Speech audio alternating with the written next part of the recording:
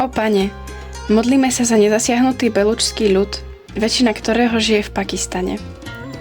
Začíname tým, že sa modlíme za tých, ktorí sú nespravodlivo uväznení, aby si ich, Pane, oslobodil. Modlíme sa za všetkých Belučov, ktorí boli utláčaní, aby si im dal spravodlivosť, lebo Ty si spravodlivý. Modlíme sa za ich rodiny, ktoré sú bezmocné a nemôžu ich vidieť, lebo sú uväznení. A modlíme sa aj za tých, ktorí tvrdo pracujú pre spravodlivosť. Mnohí extrémisti ich chcú zabiť. Modlíme sa za ich ochranu.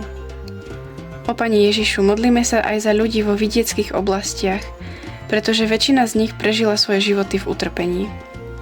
Tento ľud trpí už veľmi dlho, Pane. Mnohí boli zabití, a tak sa modlíme, aby si sa dal poznať dedinčanom skrze evanílium, aby všetci ľudia na vidieku v Teba uverili. Pomôž im, Pane, aby ťa poznali, ako si sa dal poznať v písmach. Ty si cesta, pravda a darca života. Nik neprichádza k Otcovi, iba skrze Teba. Pane, toto všetko sa modlíme za dedinčanov, lebo sú duchovne slepí. Prosíme ťa, otvorím oči, aby uverili a žili podľa Tvojho učenia, aby videli a našli Ježiša, Mesiáša a Pána. Modlíme sa za tých Belučov, ktorí sú Tvojimi učeníkmi, ktorí vložili vieru v Teba a nasledujú ťa. Ochraňuj ich, Pane.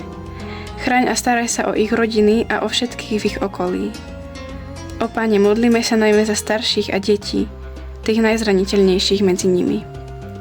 Daj, nech aj oni uveria v Ježiša Mesiáša a príjmu večný život. Pane, modlíme sa aj za tých Belučov, ktorí sú skľúčení životom a svojim náboženstvom, ktorí sú plní hnevu a nenávisti. Naplň ich vierou, že Ty ich vieš vyslobodiť. Ty jediný ich môžeš udržať až do dňa, keď ich vyslobodíš. Prosíme, vylej svoje milosrdenstvo a požehnanie na tento národ, na Belučov, ktorí boli tak dlho od Teba ďaleko a trpeli o samote. Teraz ťa prosíme, aby si im zažiaril svetlom pravdy a priviedol ich k viere. Povzbuď Belučov, aby šírili Tvoje evanjelium všetkým národom. Toto všetko ťa prosíme v mene Ježiša. Amen.